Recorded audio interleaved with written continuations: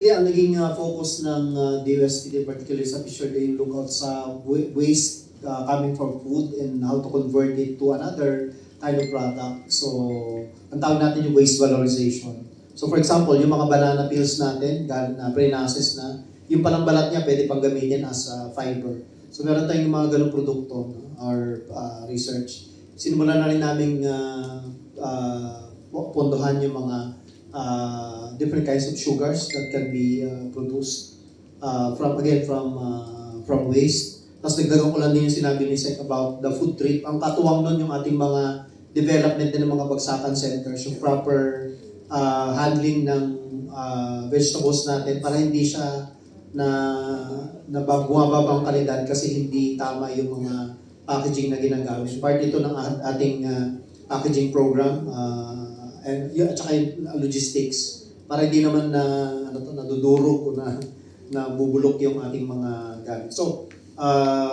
medyo malawakan din, marami na tayong pinag-testingan, meron sa DOST card, meron sa Region 2, Region 3, at saka Region 9. So, sana ma-pick up din to ng ating mga iba pang ahensya ng gobyerno kasi tingin ko whole of community approach dapat yung pag-handle ng food para maging available sa cold chain. Yes, sa ITDI, no? Yes po. So cold chain facilities were developed for cooperatives before DA had a massive program. And this is also very interesting because using R&D, for example, the handling of sweet potato, kamote, pag binabagsak lang yan sa mga kahoy na boxes, nagkakasugat. But we discovered that if you store it for several months, under a certain temperature, humihilom yung sugat at tumatamis. So now the farmers can sell it in high-end supermarket at a higher price. So may mga ganon din kami mga produkto.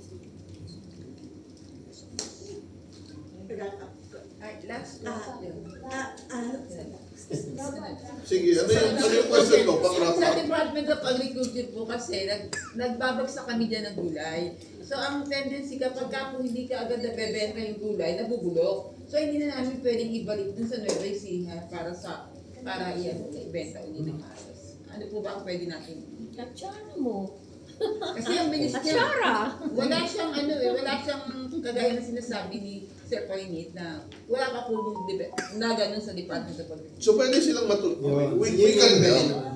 Actually, one of the roles of DOST and one of my advocacy is to advertise what we do in DOST and we convince the other departments to adopt the technologies that we have.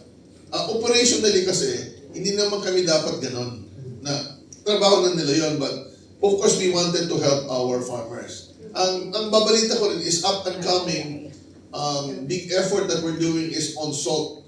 So we also have a nicer center on salt, no? Kasi alam niyo naman, salt is a sin that everyone wants. So importante po sa atin 'yon na tulungan ng ating mga salt farmers. So pag nag-inaugurate kami ng salt R&D center, we will invite some of you sa August sa Pangasinan. Sino? Last question na lang. Promise, sir. Promise, ha? Sir, promise. Invite yun. Paano pupunta? So, eto po, this is not a question, but a suggestion for sa inyo po. And hindi ko lang po alam kung pwede po ninyo i-apply. Pwede pong i-apply or hindi. But para rin po, para sa kaalaman po ng publiko, nasabi ko nga po sa inyo, ang dami niyong magagandang proyekto. Bilib na bilib po talaga ako.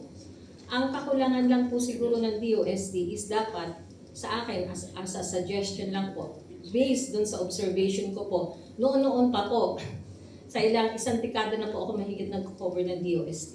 Mas okay po siguro na every now and then, meron naman po tayong mga event na katulad po nito.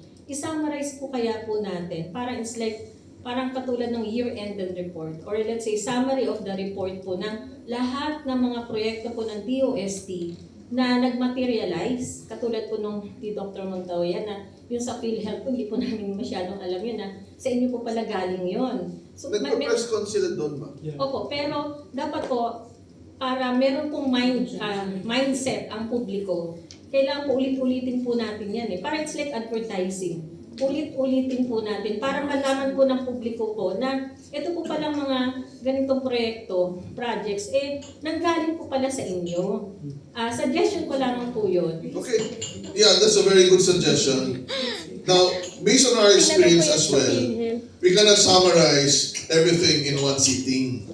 So what we're trying to do is, from time to time do this, but we operate at the regional and provincial level.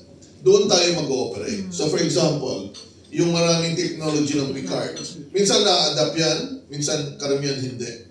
So starting this second half of the year, all DOST regions will implement smart agriculture for the next 3 years, together with Picard and UPLB, Saray and other technologies, the smart agriculture, kasi big R&D program. So there are various modalities in communicating what we're doing, but people will really feel the science behind it kung may actual practice ka. That's why we are developing smart and sustainable cities. Everyone is invited, DOST technology supported, or even private sector, because in the end, sometimes it's not the science or the technology that we produce. It is how the local governments are using science, technology, and innovation in improving their governance, improving their local processes. That's our goal. But definitely, communicating the successes or communicating what are available will be critical. And that is why, pagdating po ng chatbot na AI, pag natapos po yan, isa yan sa pamaraan na searchable na ng ating mga kababayan. Sana po, yung nga po sinabi po ninyong AI, which is a chatbot, ay malaki po sana, alam ko, pag ang AI po, ginamit po ng maayos, malaki ang tulong po sa atin po yan. Thank Tama you po po yun. and Maraming salamat po sa congratulations inyong po. lahat. Yes. Very quick recap lang po. Ma'am, on that note, humihingi po ang